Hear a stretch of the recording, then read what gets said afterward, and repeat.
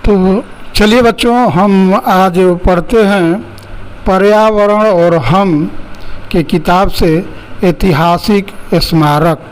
चलिए पढ़ते हैं हम लोग ऐतिहासिक स्मारक।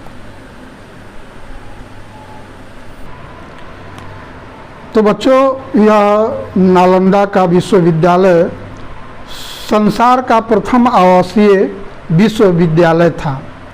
गुप्त सम्राट वंश के कुमार गुप्त के संरक्षण में इसकी स्थापना 5वीं शताब्दी में हुई थी। इस विश्वविद्यालय में 10,000 से अधिक छात्र और लगभग 2,000 शिक्षक थे। यहाँ पढ़ने के लिए कोरिया, चीन, जापान, तिब्बत, इंडोनेशिया, तुर्की आदि देशों से लोग आते थे। 8वीं से 12वीं शताब्दी के बीच इसका उत्कर्ष चरम पर था। चीनी यात्री हेनसांग ने यहाँ आकर पढ़े तथा पढ़ाए थे। इस विश्वविद्यालय का भवन प्राचीन कला का बेहतरीन नमूना है। चारों ओर से ऊंची ऊंची दीवारों से घिरा था। इसका मुख्य द्वार शानदार था। इसमें 8 अलग अलग प्रांगण तथा 20 मंदिर थे, जिनमें अनेक ध्यान केंद्र एवं मठ थे। पुस्तकालय क्षेत्र को धर्म ग्रंथ कहलाता था, जो 9 मंजिला इमारत में स्थित था। इसमें 3 पुस्तकालय थे, रत्न दधि, रत्न रंजक तथा रत्न सागर। बच्चों, यह विश्वविद्यालय अब खंडहर के रूप में हो चुका है।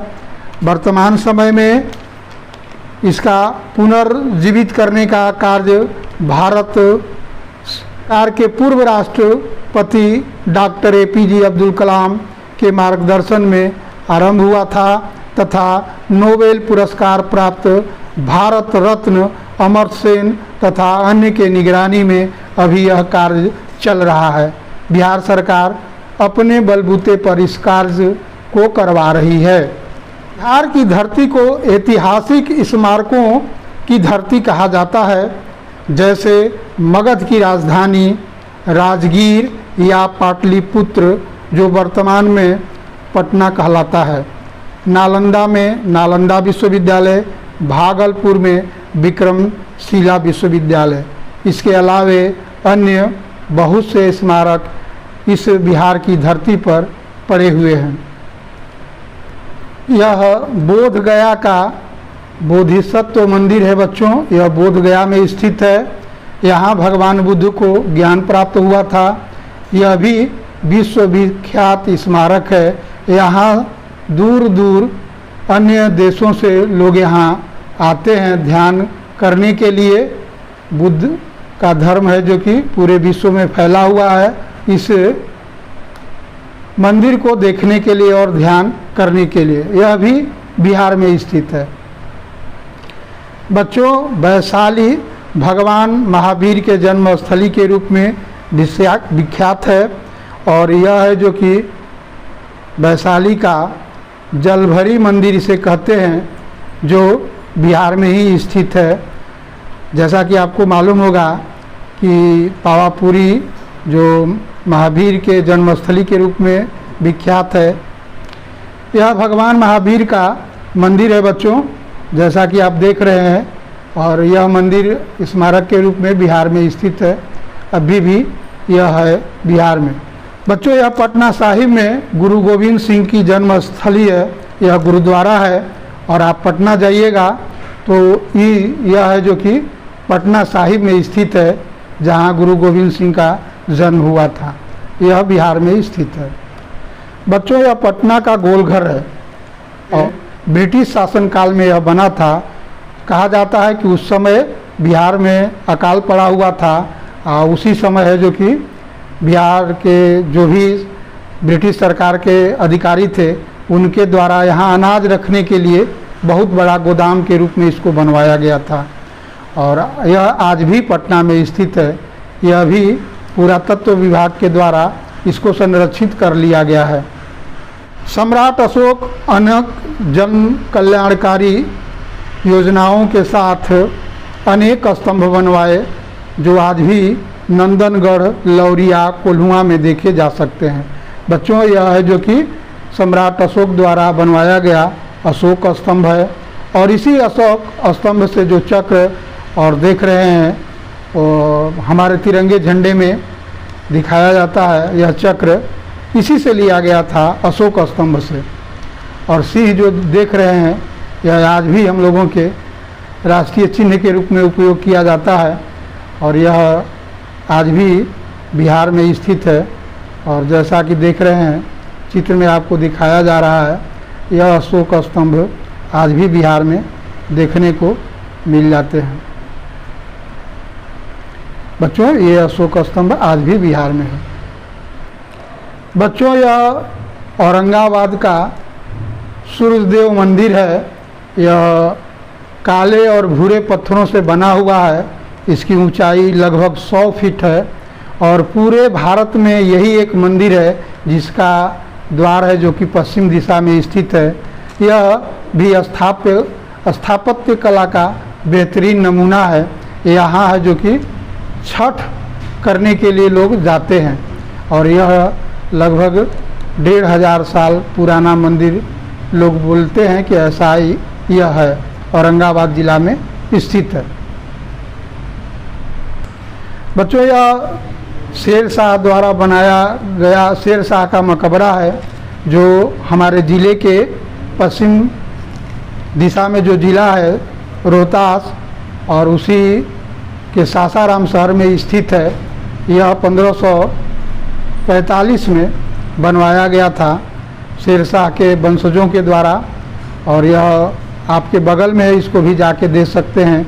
यह भी पुरातत्व विभाग द्वारा संरक्षित मकबरा है।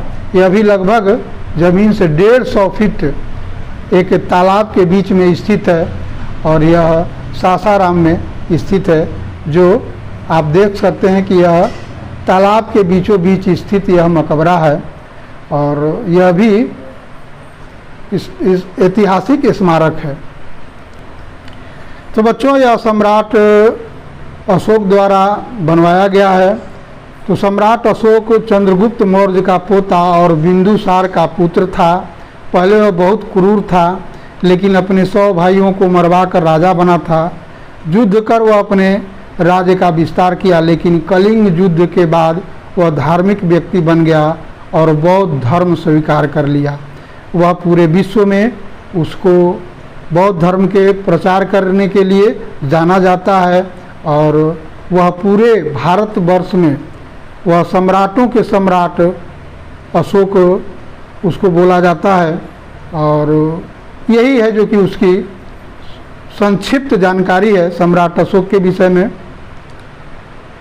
बच्चों, आप अभी तक जितनी स्मारकों को देखे हैं तो उसके संरक्षण का जिम्मा भारत सरकार के पुरातत्व सर्वेक्षण और संरक्षण विभाग के हवाले है और ये जितने भी स्मारक हैं वह चाहे बिहार में हो या भारत में है, वही विभाग है जो कि इनको है जो कि संरक्षित और सुरक्षित रखता है।